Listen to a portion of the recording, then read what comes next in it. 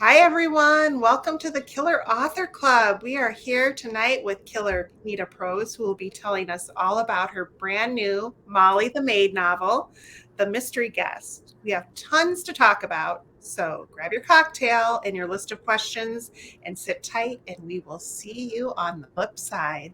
Thought you really loved me, guess I was wrong. Thought you'd never leave me, guess I was dumb. Waited like forever to be your plus one, but I guess you were done. Hello, everyone. I'm Killer Heather Goodenkoff, along with founding members Kara Ruda and Kimberly Bell, and we are so excited to celebrate Nita's new book tonight in the clubhouse. The Killers and I started the Killer Author Club so readers like you can interact with some of the best suspense and thriller authors in the biz. So our spring lineup, includes superstars like Frida McFadden, B.A. Paris, Lisa Gardner, Chris Bohashlin, and so many more killers you don't want to miss. So dates and times and all the information can be found on killerauthorclub.com.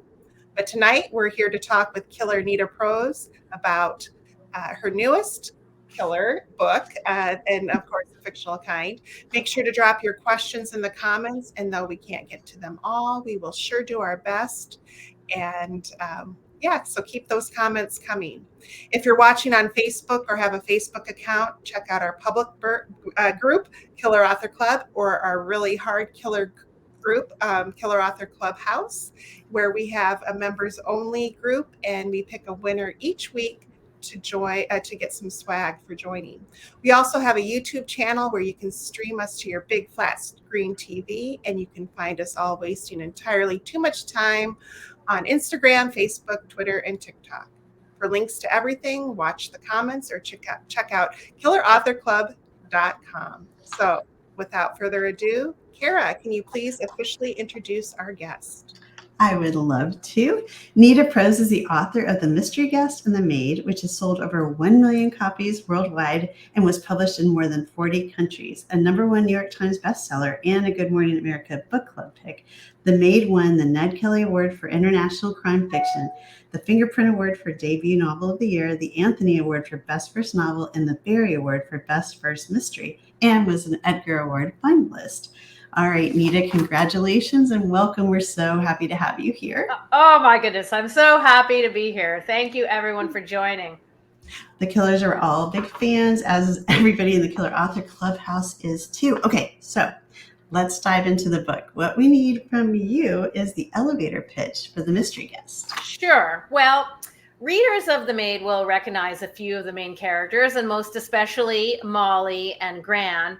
But you'll also encounter a whole new mystery that takes place at the Regency Grand Hotel when a reclusive, world-renowned writer drops dead, very dead, on the tea room's floor. And Molly finds herself at the center of another conspiracy and perhaps murder. But in this novel, we also journey back to the past, to a time when Molly was 10 years old, just a wee one. And she was working alongside her Gran when her Gran worked as a maid in a luxurious, if somewhat foreboding mansion many, many years ago. Because the key to unraveling the mystery in the present tense, well, it can only be solved by Molly resurrecting her memories from the past. And that becomes the key to the mystery. Great. Thank you. We're so excited to talk more about this. But first, Kimberly, can you introduce the killer cocktail?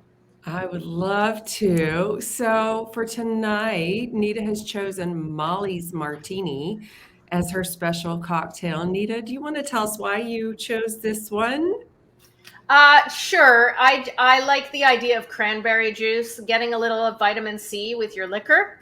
And now I've made mine with considerably less blue caracal, so mine has turned out quite red. That's pretty. But let me just say, it's very delicious.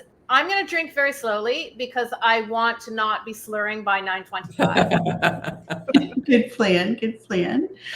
Well, cheers, and thank you for being here. Cheers. Yes. Congratulations on another amazing read.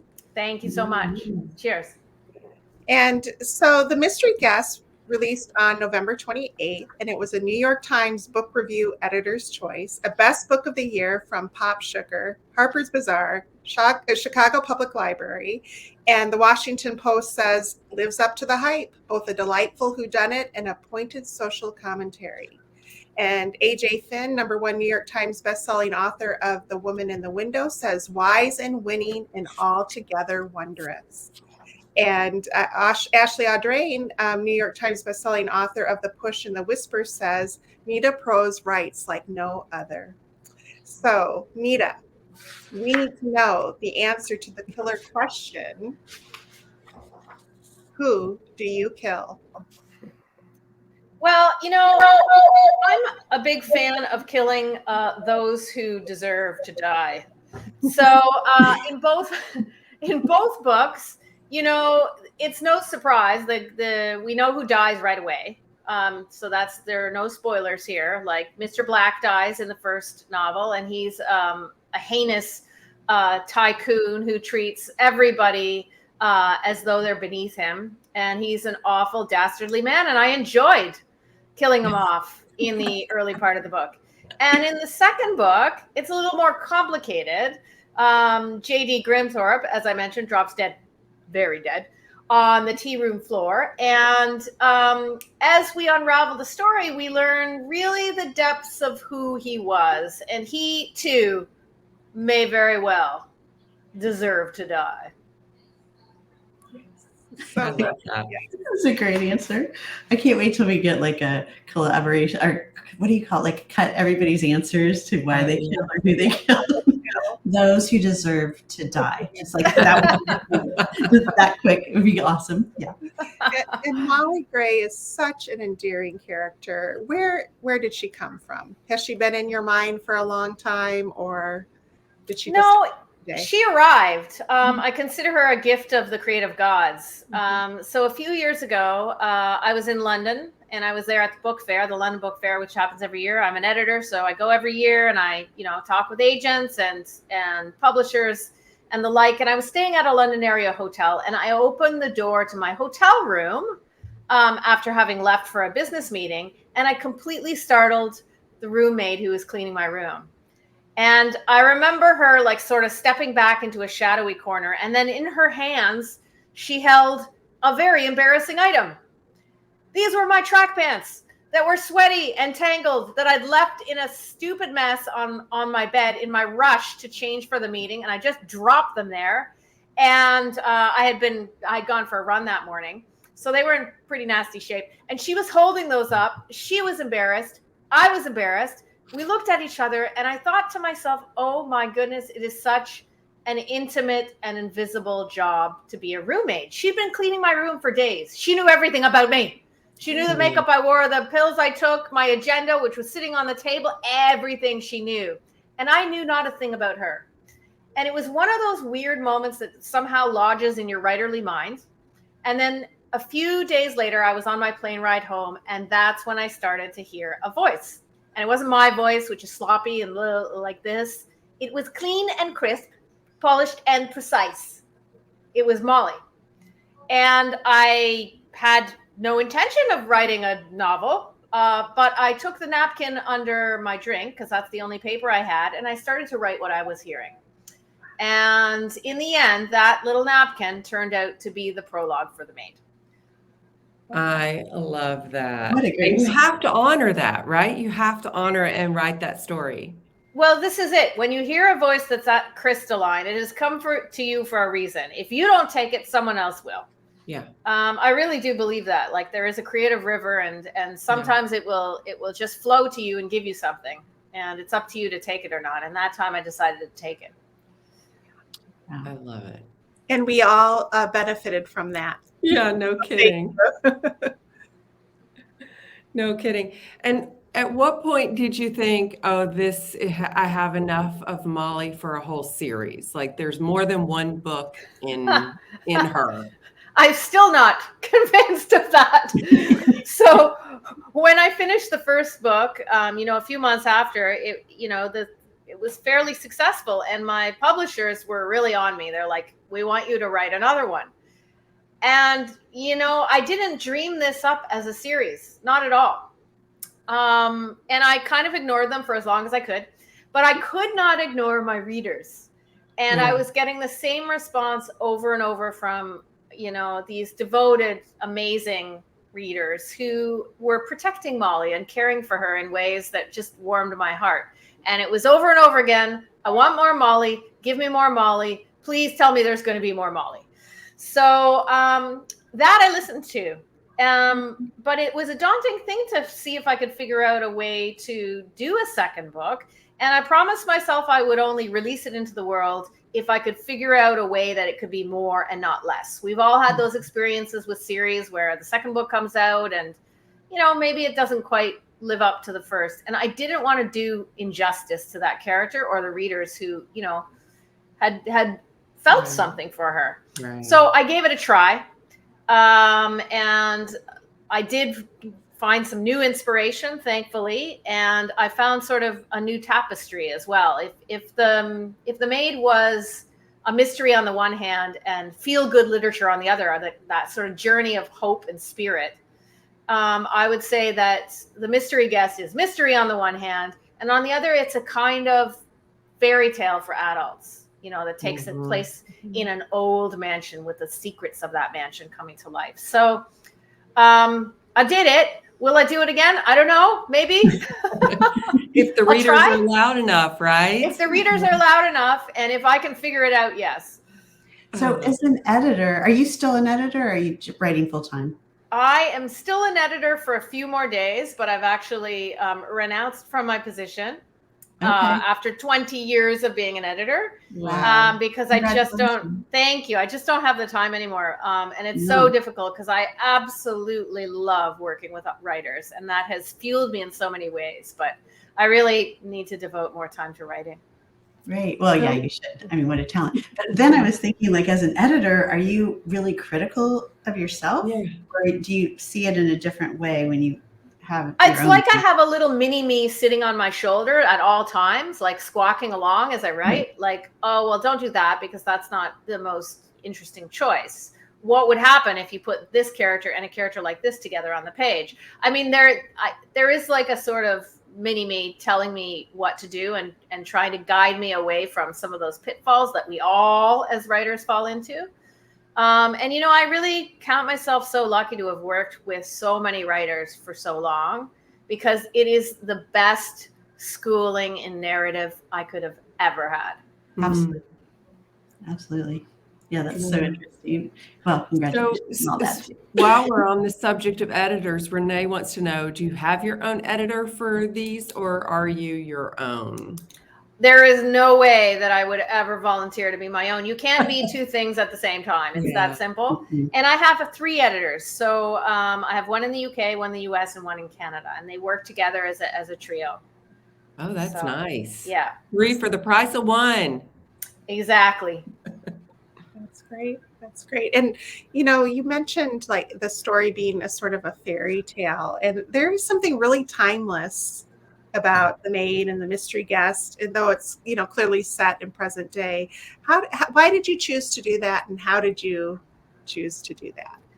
How did I choose to make it timeless? Yes. I don't know if I chose that so much as it evolved through the experience of the characters. In some ways, I might have chosen the genre of trying to innovate a classic style of mystery. The Agatha Christie style of mystery has always appealed to me. And I wanted to see if I could use something about that sensibility and bring it to life on the page in a modern setting. So certainly that part of it was conscious. And the rest, I think, was how the characters are. Molly and her grand have a sort of old soul sensibilities, as do I. And, their character becomes part of the tonal world and the style on the page. Yeah, it's magical. Yeah. So is Graham based on anybody in your life, or did she just appear like Molly? Actually, she is. She's a lot like my mother, although my mother was French Canadian. She was not British. But I would say that she's closest to my mother. who died many years ago, died like over 8 years ago now, and whose voice I still hear in my head. And I'm fascinated by that notion that sometimes a person, we as human beings, can distill a person after they're gone, and that their essence can speak to us more loudly once they're gone sometimes than they even spoke when they were with us and alive. And that's something I experience personally with my mother. In times of doubt or need, I will hear her voice, hear it loud and clear, and it will give me a sort of direction. And I wanted to explore both the notion of grief in both of these books, and of that horrendous loss that Molly experiences, and also that soothing balm that is, the absence converted into presence that is Gran in both of these books. She's more present now than ever. Yes. Yeah. I love that. Sweet. I sat up straight in my seat when I read when Winthrop said, "A pox on the words." And I thought, I've never felt so seen as a writer. I think we've all said that a time or two, even though we don't like the book. But what do you do when the words don't flow? I wait a lot of the time. I try to have patience with myself, and I'm very not good at it. But that's one of the great joys of editing, is that I could toggle back and forth. And when I didn't have a way to solve my own narrative problems, I could go help somebody with theirs. Because as an editor, I can see. I know how to help. Yeah. But as a writer, I don't know how to help myself all the time. And that is incredibly frustrating. Yes. I think the more experience you get, not that I have a lot as a writer, the more you can sit in that discomfort and wait for your subconscious to solve some of those, harder problems, or turn to your craft and, piece it out, figure it out, which is, grueling, but necessary. Yeah. And also scary when you have a looming deadline. Oh boy, doing that under the gun is just, to me, that is the most terrifying thing on earth. I agree with that. Yeah. Yeah. So which editor versus author, like what aspects of the role are the most challenging, most rewarding? Which do you prefer? Do you have a preference? I mean, I think for me, I'm more comfortable as an editor because I've done it so long. But I am more excited and invigorated by the act of writing. I like to compare the two using a metaphor of the labyrinth, of a maze. So there's a writer who goes and she's standing before the maze of story, and her job is to go through all of those twists and turns and get through to the end of her novel. But when you're down there as a writer and you're looking into that maze, you can't see very far ahead. You don't even know if you you make that turn in the story here, it might come to a dead end. But as an editor, I'm outside of that maze and I'm on a ladder looking down inside it. And I can tell the author, if you go that way, you're never going to get to the end of the story. You're going to find a dead end, or there's a monster. Don't do it that way. Go this way instead. So, it's a hard thing to reckon with, that sort of author blindness and that not knowing. And so, that's why you have to kind of lean into I have to lean into that discomfort. And it's exciting and terrifying at the same time. And maybe that's its own little recipe, for discovering a creative world. And growth probably too. Yeah. Right? Yeah. Kind of teeter on the edge of that. Yeah. There are so many questions that I can't even follow them about. Do we have another Molly book? I think I'll say the same answer to, how the mystery guest came about. If I can figure it out and I can offer more Molly that isn't less Molly, then I will. And I'm hopeful. I'm starting to see how it might be a loose trilogy, and how there might be a whole other narrative tapestry that could define a third mystery book in the series.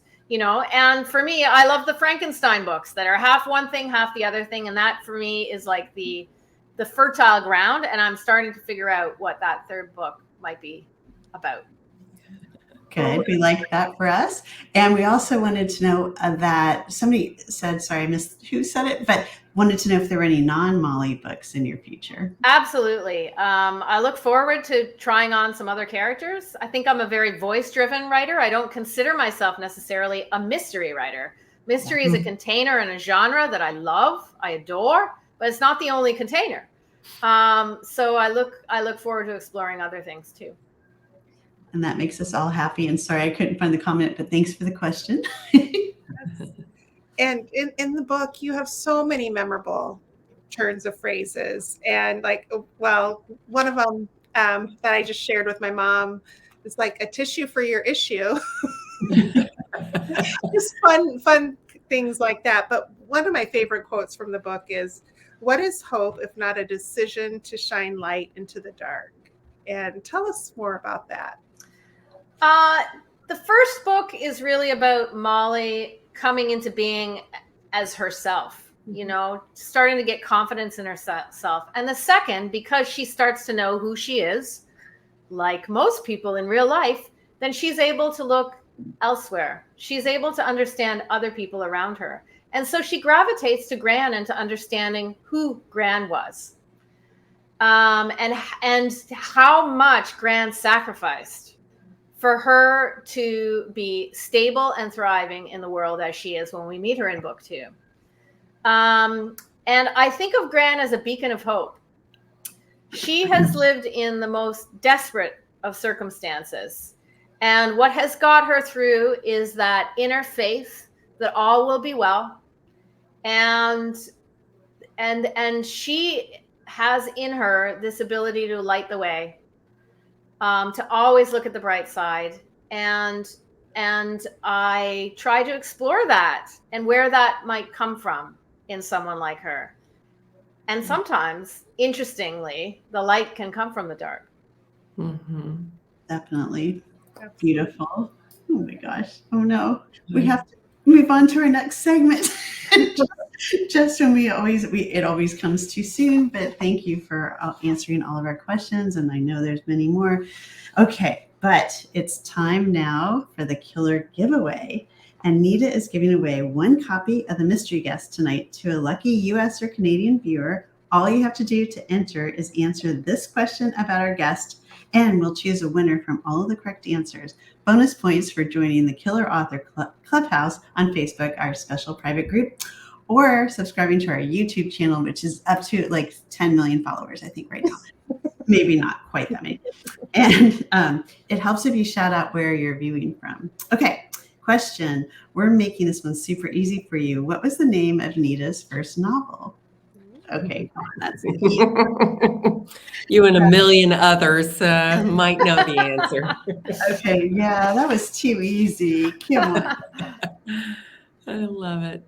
All right. Well, as you guys know, the Killers love our indies and we want to support them in any way we can. That's why we've partnered with bookshop.org and have our very own Killer Author Club store on their website where you can find all our books from guests past, present, and future, as well as some fun lists the three of us have put together.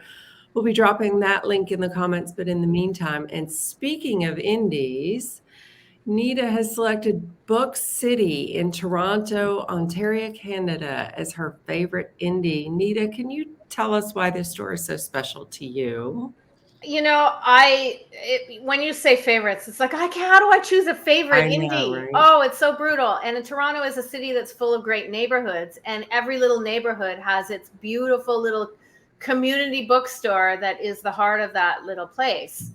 And I love Book City because I know the owners really well. I know how hard they work. And I know how they bring communities together and have that unique ability of great booksellers to match readers to the right books and to inspire a love for reading. Love it.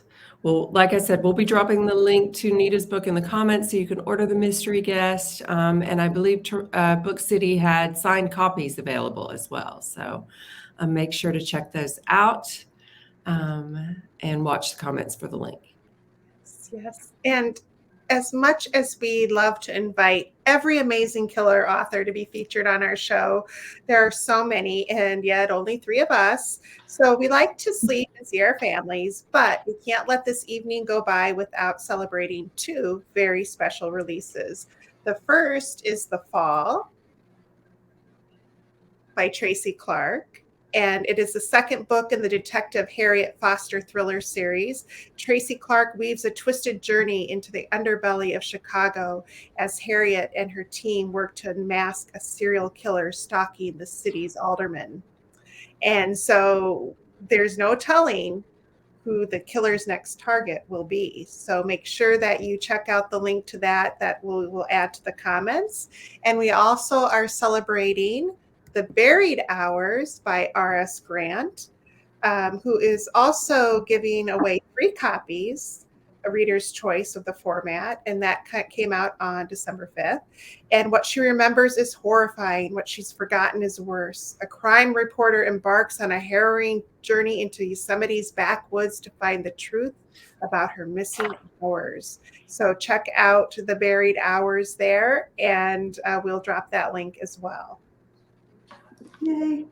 All right. And as you guys know who are members of the Clubhouse, membership has its privileges. Every episode, we choose a name from the Clubhouse out of the hat to win a piece of CAC swag. That'd be t-shirts, mugs, candles, totes, hats. It's almost time for the holiday gifting season. You need some Killer Author Club swag for sure. Okay. All of which can be found at killerauthorclub.com. Tonight's winner is Karen Carner. Karen, please send one of the killers your mailing address and we will get your gift out to you. Whoop, whoop. Congrats. Mm-hmm. All right. Well, I have good news, Nita. You survived the Killer Author Club. I live to you tell did it. It is official. We bestow upon you this lovely badge. You can print it out, stick it to your wall, put it on your computer, look at it every day, and think of us and all your fans in the Killer Author Clubhouse. Thank you very much. I'm delighted that I've survived. We are too. It was close, but you made it. And that does it for tonight's episode. Thanks to everyone for tuning in, and thanks especially to Nita for being here. We are taking a little break for the holidays, and we'll see you right back here on January 9th with the delightful and super talented Angie Kim. She'll be joining us right here in the Killer Author Club on January 9th at 9 p.m. Eastern to talk about her new book, Happiness Falls, and to give away some copies. So for times, the new schedule, past episodes, recipes, and merch, surf to killerauthorclub.com. Happy holidays, everyone. We'll see you in 2024. Thanks for tuning in. Yeah, happy holidays. Thank you, everyone. Bye. Thank you, Nita. I guess I'm a killer.